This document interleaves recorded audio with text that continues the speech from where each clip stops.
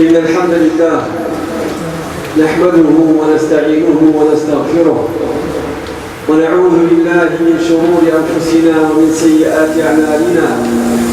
من يهده الله فلا مضل له ومن يضلل فلا هادي له، وأشهد أن لا إله إلا الله وحده لا شريك له، وأشهد أن محمدًا عبده ورسوله. يا أيها الذين آمنوا اتقوا الله حق تقاته ولا تموتن إلا وأنتم مسلمون. يا أيها الناس اتقوا ربكم الذي خلقكم من نفس واحدة وخلق منها زوجها وبث منهما رجالا كثيرا ونساء، واتقوا الله الذي تساءلون به والأرحام إن الله كان عليكم رقيبا. يا أيها الذين آمنوا اتقوا الله وقولوا قولا سديدا يصلح لكم أعمالكم ويغفر لكم ذنوبكم، ومن يطع الله ورسوله فقد فاز فوزا عظيما. أما بعد، فإن أصدق الكلام كلام الله عز وجل، وخير الهدي هدي محمد صلى الله عليه وسلم، وشر الأمور محدثاتها، وكل محدثة بدعة، وكل بدعة ضلالة، وكل ضلالة في النار.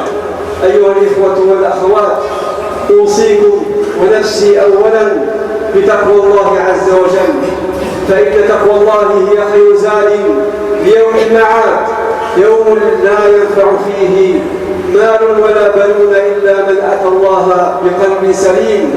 وتقوى الله هي وصية الله عز وجل لعباده أجمعين، إذ يقول سبحانه وتعالى: ولقد وصينا الذين أوتوا الكتاب من قبلكم وإياكم أن اتقوا الله. فنسأله سبحانه وتعالى أن يجعلنا من عباده المتقين. عباد الله، لقد كان موضوع خطبتنا الجمعة الماضية حول الجمعة وبعض أحكامها، وهذا اليوم هذه الخطبة ستكون تتمة للخطبة الماضية، وسنذكر فيها أحكاما أخرى لم نذكرها، وسنعيد بعض الأحكام التي نرى للواجب إعادتها والتركيز عليها، لأن في الإعادة إفادة، وما تكرر تقرر. فيقول رسول الله صلى الله عليه وسلم مبرزا فضل هذا اليوم، يوم الجمعة، يقول عليه الصلاة والسلام: خير يوم طلعت عليه أو طلعت فيه الشمس يوم الجمعة، فيه خلق آدم، وفيه أدخل الجنة، وفيه أخرج منها، ولا تقوم الساعة إلا يوم الجمعة.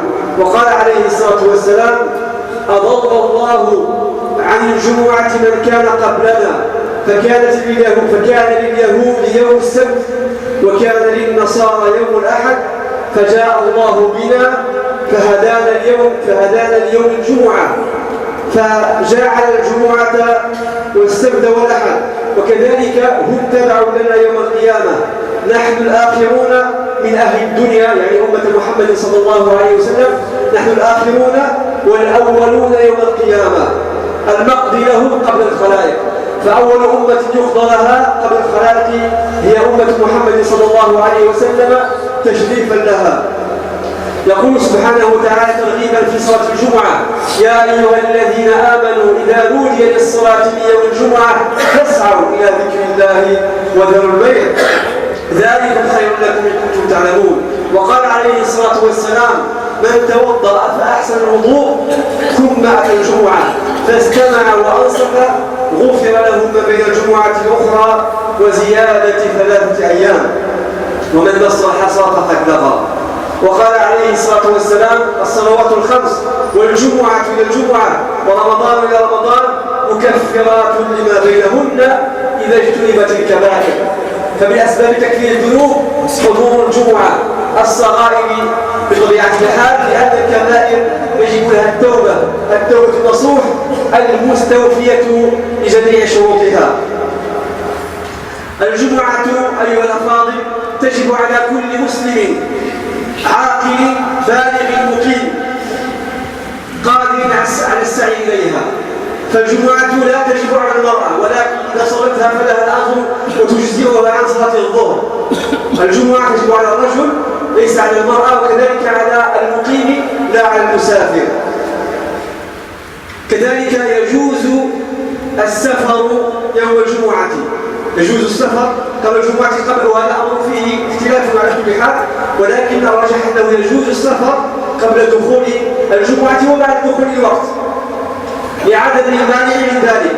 لكن إذا أدي للصلاة أو دخل وقت الجمعة والإنسان ما زال في منطقة سكنه في حيه وجب عليه السعي إلى الجمعة، وجب عليه السعي إلى الجمعة، ولا يجوز السفر لمن وجبت عليه الجمعة، وذلك بعد دخول وقتها وسماع الأذان في المدن الإسلامية، إلا أن يخشى مضرة، فهنا يجوز له السفر ولو لا بعد دخول وقت الجمعة إذا كان هناك مضرة في جلوسه وعدم سفره.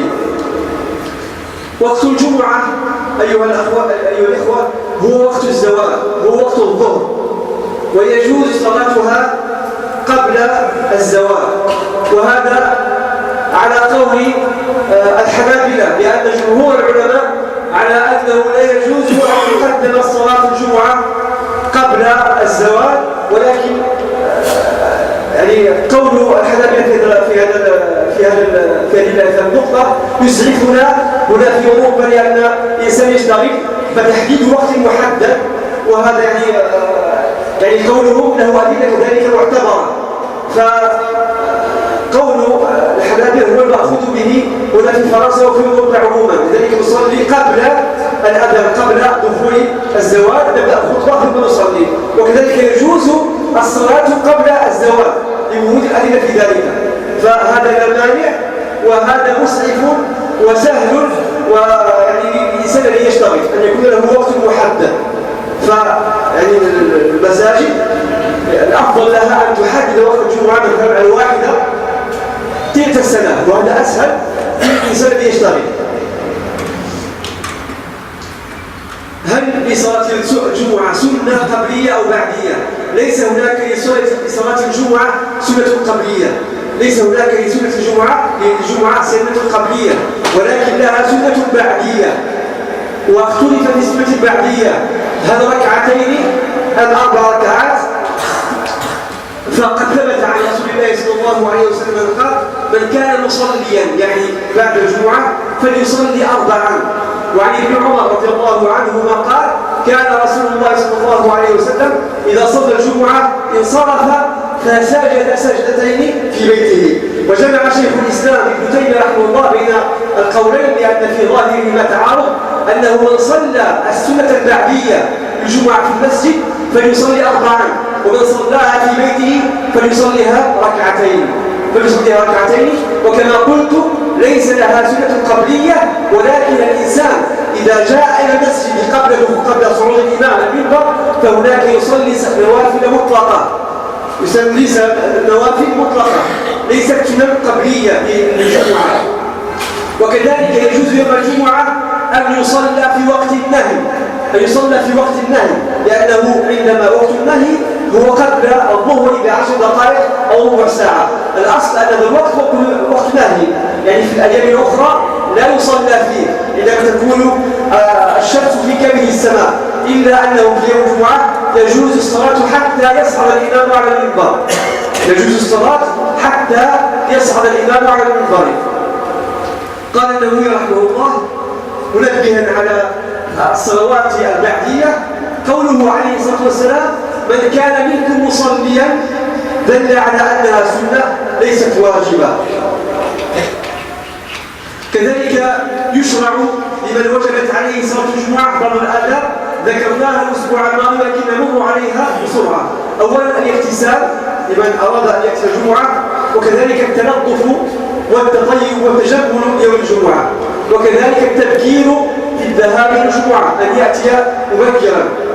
كذلك يستحب، وهذا حديث عظيم، الذهاب ماشيا لمن لا يشق عليه ذلك. يستحب أن يأتي الإنسان على رجليه، أو أن يترك السيارة في مكان بعيد ثم يأتي على رجليه، لما ثبت في الحديث عن رسول الله صلى الله عليه وسلم قال: من غسل واغتسل وبكر وابتكر ومشى ولم يركب ودنا من الإمام فاستمع ولم يلغ كان له بكل خطوة عمل سنة أجر صيامها وقيامها. يقول العلماء هذا يعني الحديث الذي يذكر أعلى قدر من المكافأة. قال عليه الصلاة والسلام: من غسل واغتسل وذكر وابتكر ومشى ولم يركب ودنا من الإمام فاستمع له ولم يلغ كان له بكل خطوة عمل سنة أجر صيامها وقيامها. يقول أحد العلماء: لو كان منزله بعيدا أو كان ضعيفا أو مريضا أو احتاج إلى الركوب فكونه يرفق بنفسه أولى من أن يشق عليها. كذلك عدم تخطي الرقاب في الجمعة. الإنسان يأتي متأخرا ويتخطى رقاب غيره. فعن عبد الله بن مسعود رضي الله عنه أنه قال: جاء رجل يتخطى رقاب الناس يوم الجمعة والنبي صلى الله عليه وسلم يخطب فقال له رسول الله صلى الله عليه وسلم: اجلس فقد آذيت، اجلس فقد آذيت. وقد اختلف العلماء في حكم تخطي الرقاب فيرى بعضهم الكراهة ويرى بعضهم التحريم، وقد صرح الشافعي رحمه الله بالتحريم واختاره النووي كذلك واختاره كذلك شيخ الإسلام ابن تيمية رحمه الله. ويستثنى من ذلك الإمام وكذلك من كان أمامه فرجة لا يصلي إليها لا يصل إليها إلا بالتخطي ويدنو إلى الإمام. فقد قال النبي صلى الله عليه وسلم: من غسل واغتسل ودنا وابتكر واقترب واستمع كان له بكل خطوة الأجر الذي ذكرناه. ولا يقيمن أحدا من مجلسه ليجلس فيه. قال رسول الله صلى الله عليه وسلم: لا يقيم أحدكم أخاه يوم الجمعة ثم يخالفه إلى مقعده ولكن يقول فافسحوا. وهذا الحكم عام للجمعة ولغيرها لما ثبت عنه صلى الله عليه وسلم أنه نهى أن يقام الرجل من مجلسه ويجلس فيه، ولكن كما قال عليه الصلاة والسلام: تفسحوا وتوسعوا. وأما من قام من مقامه لحاجة، إنسان أراد أن يعيد الوضوء مثلا فهو أحق بمكانه إذا رجع إليه. فقد قال رسول الله صلى الله عليه وسلم: إذا قام أحدكم من مجلسه في المسجد كان له غرض ثم رجع إليه فهو أحق به.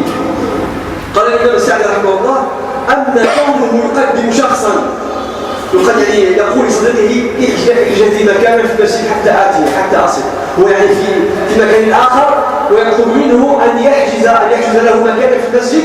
قال يعني ثم إذا حضر جلس فيه فهذا لا يجوز ولا يحل له ذلك بلا شك. ومثال ذلك حجز الأماكن بالفرش والسجاجيد فهذا لا يجوز وللإنسان أن يزيل ذلك. وكذلك من يدخل يوم الجمعة يصلي ركعتين قبل أن يجلس، وهذا قول راجح ولو خالف من ذلك المالكية خالف بين الأمر. ولنا في ذلك دليل حديث سليك الغطفاني. فقد قدم سليك ثم جلس فقال له رسول الله صلى الله عليه وسلم: أصليت ركعتين؟ قال لا. قال: قم فصل ركعتين وتجوز فيهما، يعني صلي النبي بسرعة ولكن محافظا على أركان الصلاة وشروطها والطمأنينة فيها. فالإنسان إذا أتى والإمام يخطب فعليه أن يصلي ركعتين وأن يتجوز فيهما، يعني لا يطيل فيهما. فهذا مستثنى مما ذكر أنه لا يجوز الكلام والإمام يخطب، فله أن يصلي ركعتين. وكما قلت خالف في ذلك المالكية ولهم أدلتهم في ذلك. ويحرم الكلام، وهذا ذكرناه الأسبوع الماضي ونعيده ونؤكد عليه، لأن هناك من الناس من لا يستوعب ذلك.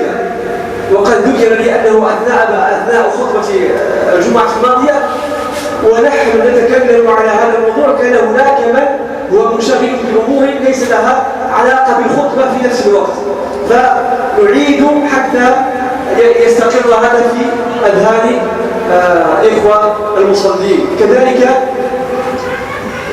الإنسان لا يبعث رسائل مكتوبة أثناء الخطبة، لأن هناك من يقول أنا لا أتكلم ولكن أبعث رسائل، فهذا لا يجوز لأنه في مقام الكلام، فلا يجوز أن يبعث الإنسان رسائل SMS أثناء الخطبة.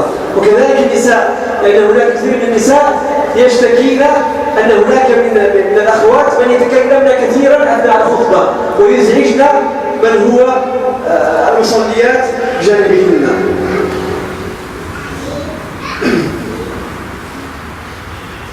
كذلك وأختم بهذا، يستحب الدعاء في ساعة الإجابة يوم الجمعة، فقد قال رسول الله صلى الله عليه وسلم: إن في الجمعة لساعة لا يوافقها عبد مسلم وهو قائم يصلي، يعني يدعو يسأل الله شيئا إلا أعطاه إياه. وقال صلى الله عليه وسلم بيده هكذا، يعني يقللها أنها وقت قصير جدا.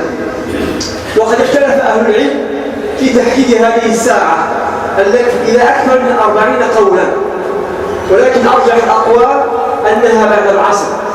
فعن ابن عباس رضي الله عنه أنه قال: الساعة التي تذكر يوم الجمعة ما بين صلاة العصر إلى غروب الشمس. وكان سيد بن جبير رحمه الله إذا صلى العصر لم يكلم أحدا حتى تغرب الشمس، وهذا قول أكثر السلف. أقول ما تسمعون واستغفر الله لي ولكم فاستغفروه إنه هو الغفور الرحيم.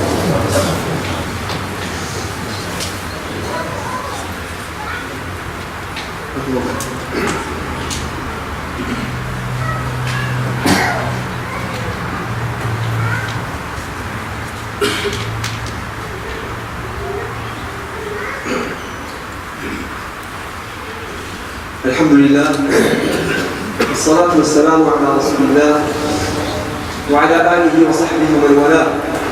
كذلك يستحب الإكثار من الصلاة على النبي صلى الله عليه وسلم يوم الجمعة وليلة الجمعة، لقوله صلى الله عليه وسلم: أكثروا من الصلاة علي يوم الجمعة وليلة الجمعة.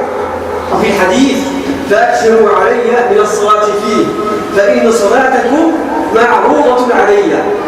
قالوا: يا رسول الله، وكيف تعرض صلاتنا عليك وقد أرمت؟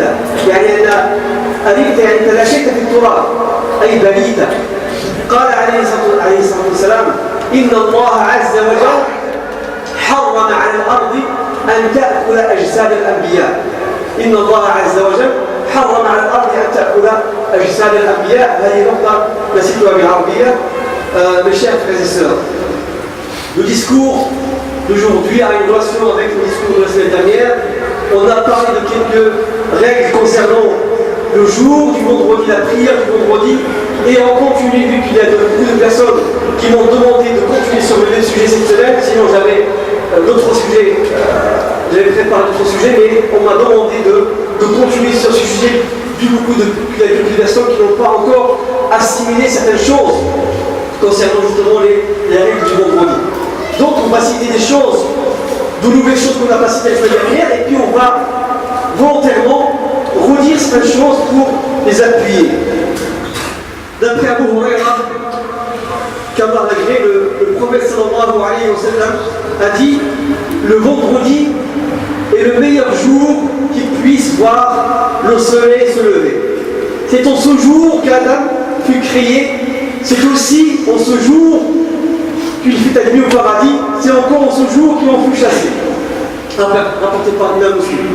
Ce hadith renferme une partie des raisons pour lesquelles le vendredi est préféré aux autres jours.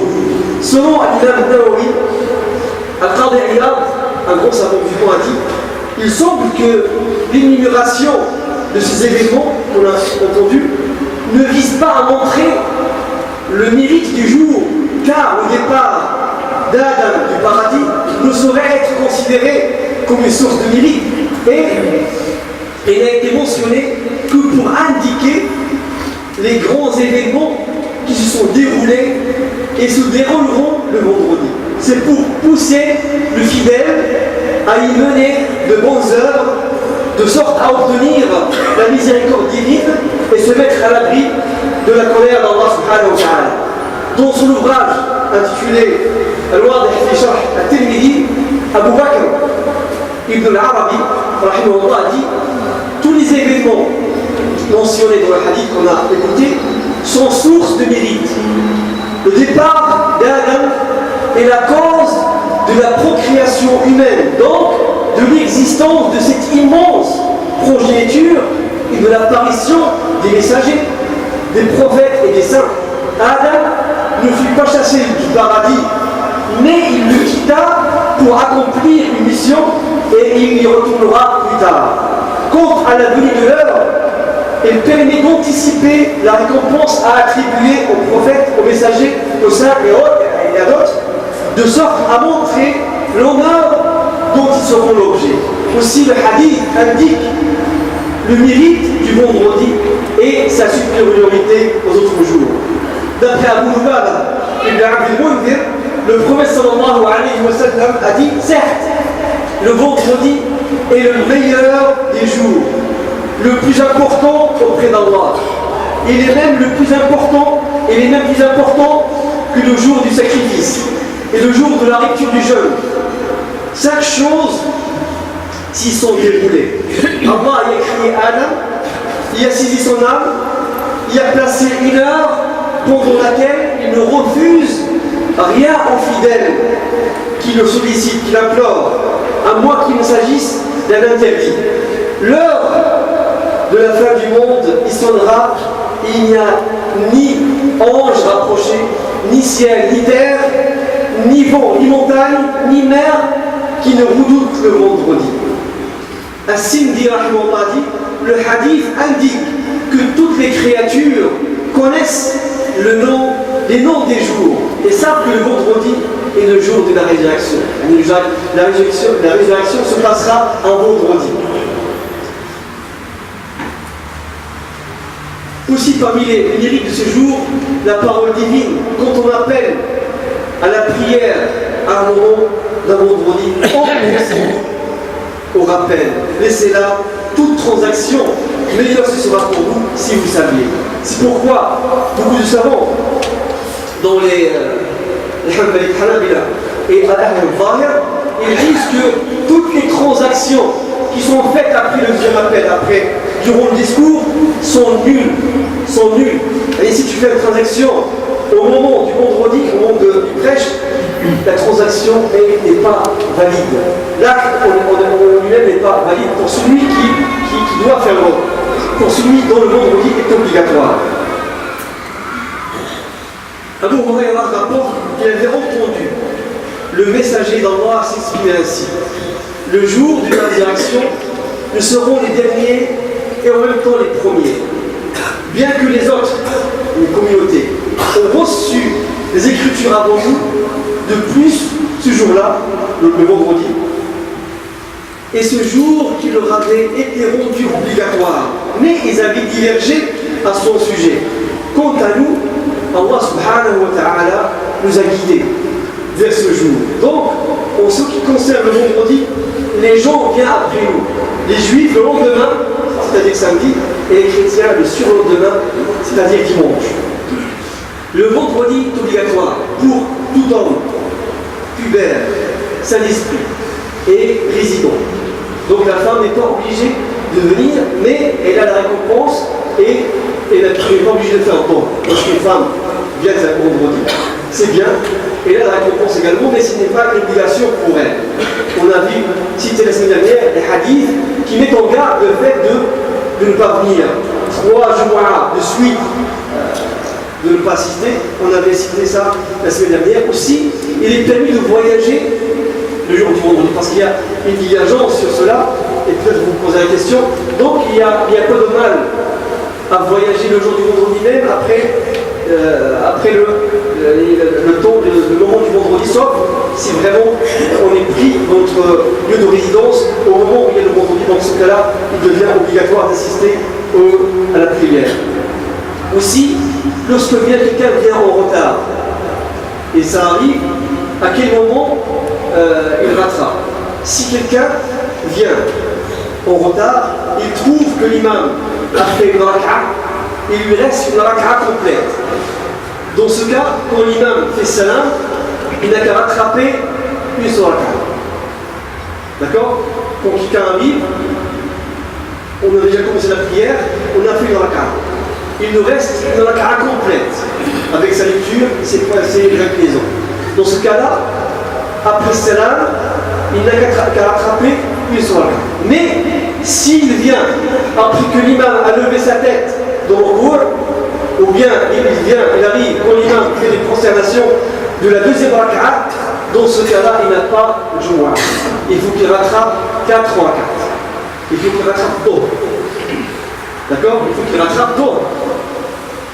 Un des savants il dit, comment est-ce possible? Donc, avec quel niya je rentre? Si je viens, tout en sachant que l'imam est dans la deuxième raka'a, je rentre avec une niya de Dhuhr.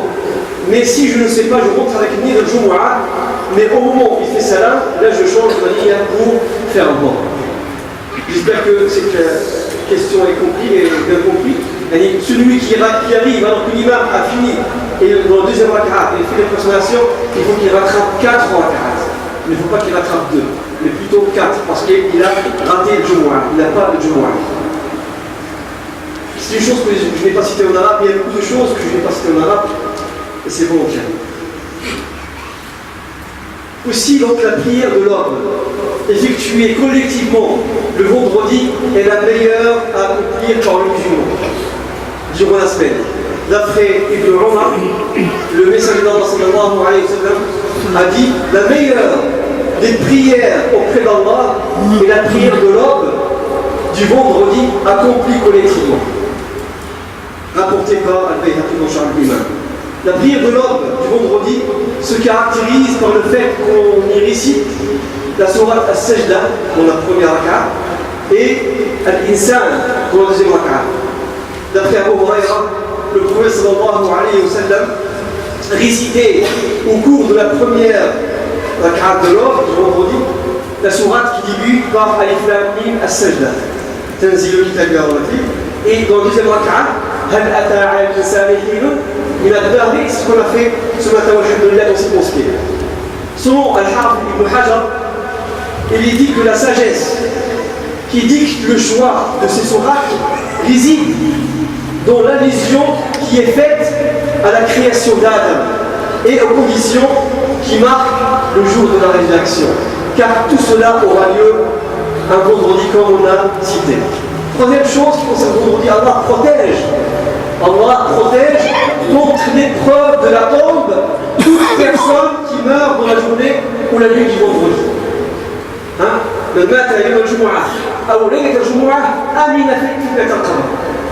Allah protège contre l'épreuve de la tombe toute personne qui meurt dans la journée ou la nuit du vendredi. D'accord? Donc ça c'est pourquoi c'est un des bons signes d'une bonne femme, le fait de mourir la nuit ou le jour du vendredi. D'après Abdullah ibn Umar, le messager d'Allah sallallahu alayhi wa sallam a dit Allah protège contre l'épreuve de la tombe tout musulman qui meurt dans la journée ou la nuit du vendredi. La mort, c'est Allah qui la donne. C'est lui qui choisit le terme. Il ne faut pas que quelqu'un met un terme à sa vie le vendredi pour avoir le mérite. Il ne faut pas comprendre comme cela. On ne sait jamais, bon, je préfère préciser. C'est Allah Azzawajal qui choisit l'heure de la mort. Sur le fait de marcher pour aller à la prière du vendredi, Abu Abbas, un compagnon il a dit Abu Abbas me rencontra au moment où j'allais à la prière du vendredi, il me dit j'ai entendu le prophète dire, celui dont les pieds ont été empoussiérés pour la cause d'Allah, Allah le préservera du feu. Abu Salama ibn Abdurrahman et Abu Huraira a dit j'ai entendu le messager d'Allah dire lorsqu'on appelle à la prière, ne venez pas au boiton, venez plutôt marchant et soyez calme. Et faites la partie de ce que vous rattrapez et terminez ce que vous avez manqué. Lorsqu'on vient à la prière du vendredi, on ne doit pas séparer entre deux personnes assises, l'une près de l'autre, dans la mosquée. Salman al-Farisi a dit, le messager d'Allah a dit, celui qui fait sa mission majeure, le jour du vendredi, se purifie autant qu'il le peut, se pommade ou met du baume, sort pour la prière, ne sépare pas entre deux personnes assises l'une à côté de l'autre, l'une près de l'autre, prie autant que cela est possible, puis à l'arrivée de l'imam, commence à écouter attentivement, celui-là verra pardonner ses péchés promis jusqu'au vendredi prochain. Le jour du vendredi, aucun ne doit faire lever son frère et prendre sa place. Et comme on l'a dit, j'ai entendu Ibn Umar dire le prophète sallallahu alayhi wa sallam a interdit qu'un homme fasse lever son frère de sa place, il s'y assoit. Il dit alors à l'affaire, est-ce que cela concerne la prière du vendredi? Il dit la prière du vendredi et les autres prières, m'a-t-il répondu. Jabir ibn Abdullah a dit, un homme arriva au moment où le prophète était en train de faire le prêche. D'accord? Et c'est assis à vous de faire dans la carte. Il s'appelle Sulaik al-Ghatafani, le prophète lui a dit à Sulaik, est-ce que tu as fait dans la carte avant de s'asseoir? Il a dit non. Il a dit lève-toi et fais dans la carte, mais fais rapidement. Rapidement, tout en respectant bien sûr les piliers de la prière et tout ce qui fait que la prière soit valable. Donc, lorsque quelqu'un vient à la mosquée, il faut qu'il fasse dans la carte avant de s'asseoir. Bien sûr, il y a les malékites qui ne font pas ça, qui divergent sur ça, et bien sûr, ils ont leur explication tout à fait valable. Mais l'avis majoritaire, selon ce hadith, c'est qu'il faut faire dans la carte avant de s'asseoir dans la mosquée. Quand l'imam fait le prêche. Ce qui arrive, des fois, c'est que quand on arrive au moment de l'adhan, je vois que beaucoup de personnes attendent que le mu'adhin finisse de faire l'appel à la prière, après, ils font de la carte. Et ça, il ne faut pas faire ça. Ce qu'il faut faire plutôt, c'est que dès qu'on arrive, même s'il y a l'adhan, il faut commencer par faire de la carte.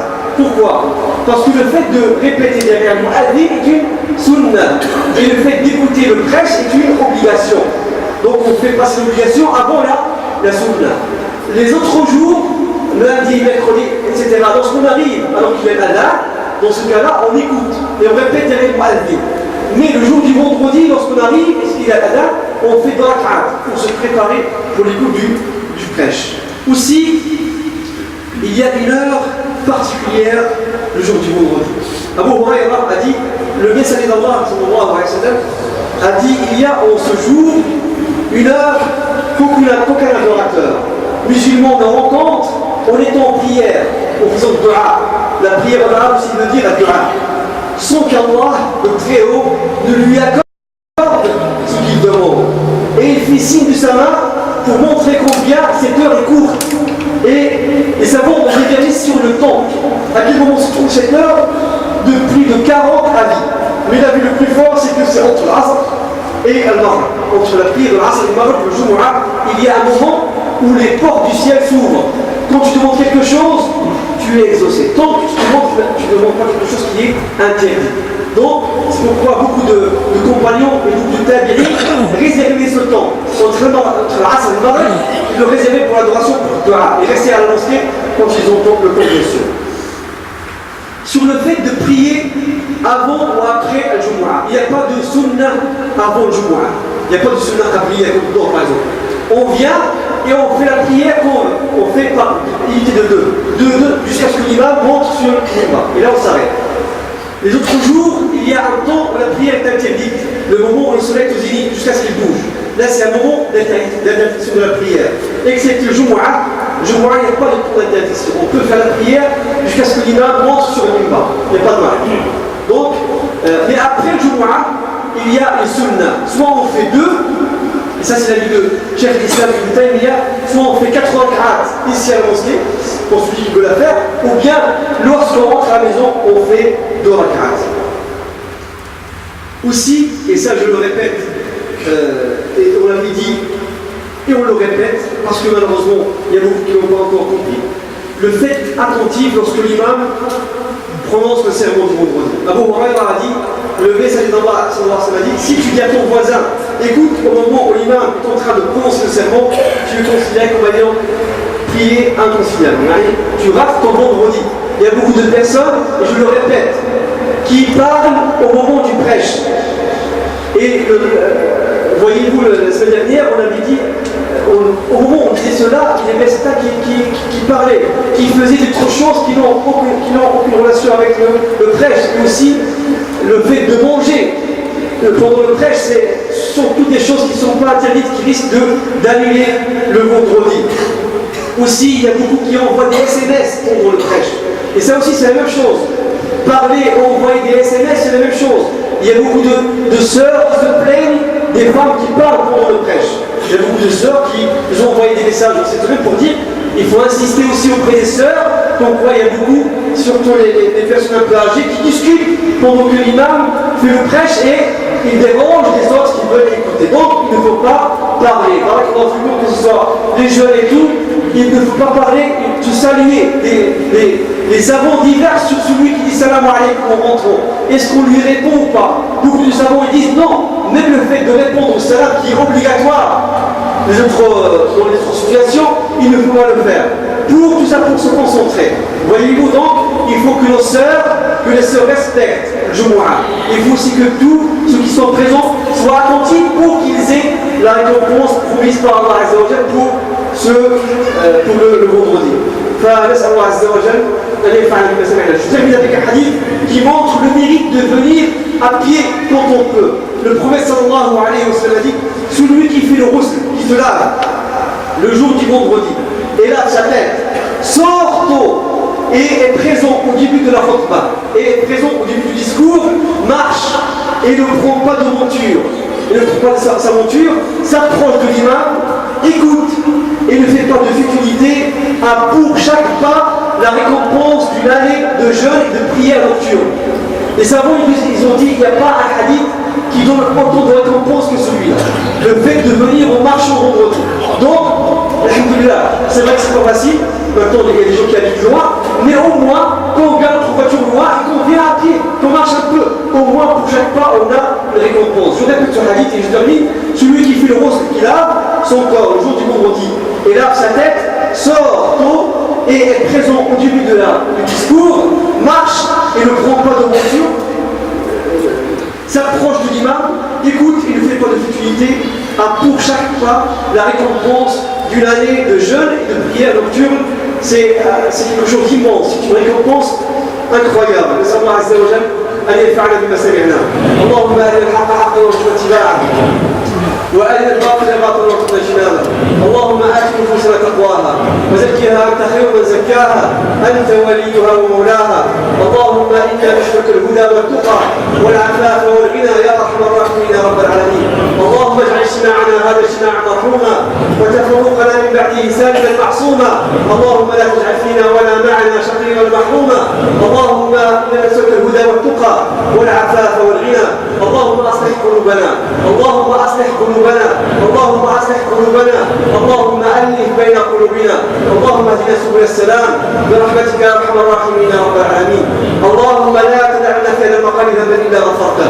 اللهم لا تدع لنا في هذا المقام ذنبا إلا غفرته ولا هما إلا فرجته ولا كربا إلا نفسته ولا دينا إلا قضيته ولا مريضا إلا شفيته ولا مبتلا إلا عافيته برحمتك يا أرحم الراحمين يا رب العالمين. وجميع المصلين في هذا المسجد اللهم صل وسلم وبارك على نبينا محمد.